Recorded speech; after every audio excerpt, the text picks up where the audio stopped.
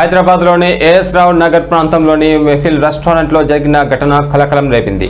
బిర్యానీ తినేందుకు వెళ్లిన సత్తిరెడ్డి, నరేష్, గణేష్లు అనే వినియోగదారులకు టేస్ట్ లేని చల్లగా ఉన్న బిర్యానీతో పాటు కుళ్ళిన వాసన వస్తున్న స్వీట్ ఇచ్చారని వారు ఆరోపించారు.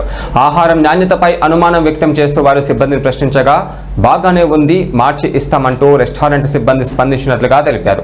అయితే అనంతరం రెస్టారెంట్ యాజమాన్యం వచ్చి తమపై అన్యాయంగా దాడి చేశారని వినియోగదారులు ఆరోపించారు.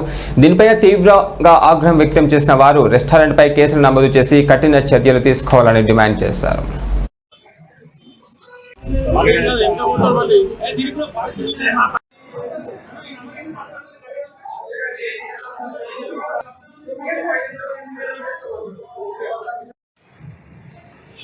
వచ్చాం ఒక ప్రాన్స్ ఒక మటన్ బిర్యానీ చెప్తాం. అంటే ప్రాన్స్ బిర్యానీ కొంచెం టైం పడుతుంది అంటే ఓకే వెయిట్ చేస్తాం.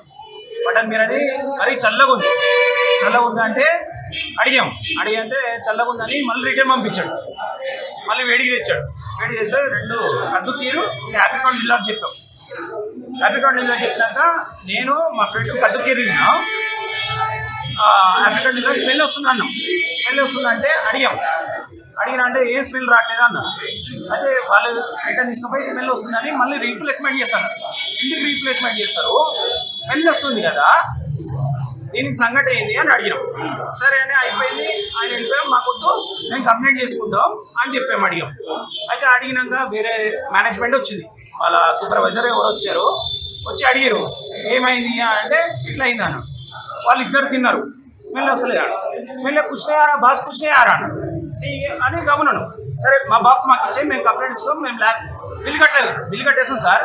మా నెంబర్ 2 రాశాను కదా, మేము ఎందుకు కట్టలేదు అంటే కంప్లైంట్ రాయలే కాబట్టి బిల్లు కట్టలేదు. సరే బిల్లు కట్టేమన్నాక బిల్లు కట్టేసాం, 900 రూపాయలు బిల్లు కట్టేసాం. ఓకే అయిపోయినాక ఆయన చేశాడు. గుంజుకోవడం ఎందుకు? ఫుడ్లో ఏమైనా ప్రాబ్లం ఉంటేనే మంచిగా గుంజుకుంటాడు కదా, లేకుంటే మంచిగా ఉంటే నేను ఎందుకు గుంజుకుంటా?